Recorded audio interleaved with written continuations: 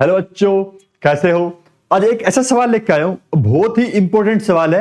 इस सवाल में देखो कई प्रॉपर्टीज का यूज होगा और ध्यान से सॉल्व करेंगे इस सवाल को। कह रहा है cos ax माइनस में sin bx उसका होल स्क्वायर और माइनस पाई से पाई लिमिट है।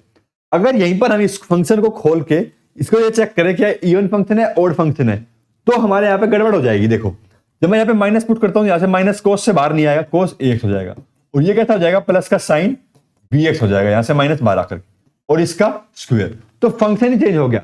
यहां पे हम चेक ही नहीं कर पाए कि फंक्शन इवन है या ओड है। तो जो लिमिट दिख रही है, जो सेम लिमिट होती है जब हम चेक करते हैं फंक्शन को इवन या ओड, वो काम ही नहीं हुआ। तो ये काम करने के लिए हमारे पास सबसे पहला हम काम क्या करेंगे, इसका जो स्क्वायर है इसे ओपन करेंगे। तो क्या बनेगा cos square ax plus sin square bx minus 2 cos ax sin bx और देन dx। अब हम यहां पे अब लगाएंगे इवन और ओड का काम।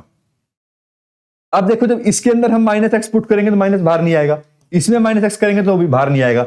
दोनों फंक्शन कैसे हो गए, इवन इवन फंक्शन हो गए। इसके अंदर जब माइनस पुट करेंगे तो बाहर नहीं आएगा, यहां से देखो माइनस पुट करेंगे तो साइन से बाहर आता है माइनस, तो ये फंक्शन कैसा हो गया, ओड हो गया। तो जो इसकी जो इंटीग्रल है, इसकी जो वैल्यू है वो हमारे पास कितनी हो गई भाई, 0 हो गई। ठीक है, इसकी वैल्यू कितनी हो गई, 0। तो ये इंटीग्रल को हम यहीं पर छोड़ देंगे। कैसे छोड़ देंगे, लिख के छोड़ देंगे कि cos, यहां पे लिखेंगे cos ax sin bx is an odd function, so its value is 0। ठीक है, अब बस काम करना है हमें इन इंटीग्रल के ऊपर। अब क्या करेंगे, इसको डबल 0 से पाई cos square ax plus sine square bx और dx। दोनों इंटीग्रल को अलग अलग लिख के भी सॉल्व कर सकते हैं यहां पे, या सेम एक साथ कर सकते हैं। अब ये बताओ क्या डायरेक्ट इंटीग्रेट कर सकते हैं साइन स्क्वायर और कोस स्क्वायर को, नहीं कर सकते।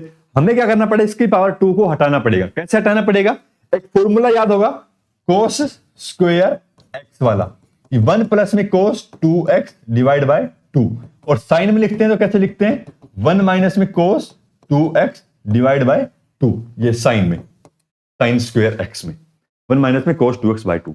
तो इसका हम यहां पे यूज करेंगे और क्या लिखेंगे यहां पे, देखो i को 2 इंटीग्रल 0 से पाई cos स्क्वायर x लिखूंगा मैं 1 माइनस में cos स्क्वायर x तो 1 plus cos 2ax divide by 2, और साइन स्क्वायर x को 1 प्लस माइनस में 1 माइनस में cos 2bx डिवाइड बाय 2, और ये इंटीग्रल dx ऐसा बन गया।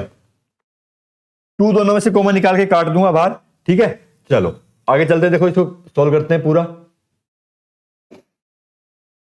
जो इंटीग्रल आई है क्या बन जाएगा, 2 कट गया हमारा, 0 से पाई लिखा, 1 और 1 हो गए 2 प्लस में cos 2ax माइनस में cos 2bx और dx। इसका इंटीग्रल करते हैं 2 का, तो कितना आएगा x, और यहां पे लिमिट 0 से पाई। cos का इंटीग्रेशन कितना होता है, sin 2ax divide by 2a, 0 से पाई, माइनस में sin 2bx divide by 2b, limit 0 से पाई। ये तो बन गया यहाँ पे upper limit minus lower limit, pi आ गया। यहां पे जब पाई पुट करेंगे तो कितना, sin पाई 0 sin 0 0 0 0, ये सारा क्या आ जाएगा, 0 आ जाएगा। तो इंटीग्रल आई, इसकी वैल्यू हमारे पास कितनी आ गई, 2 पाई आ गई।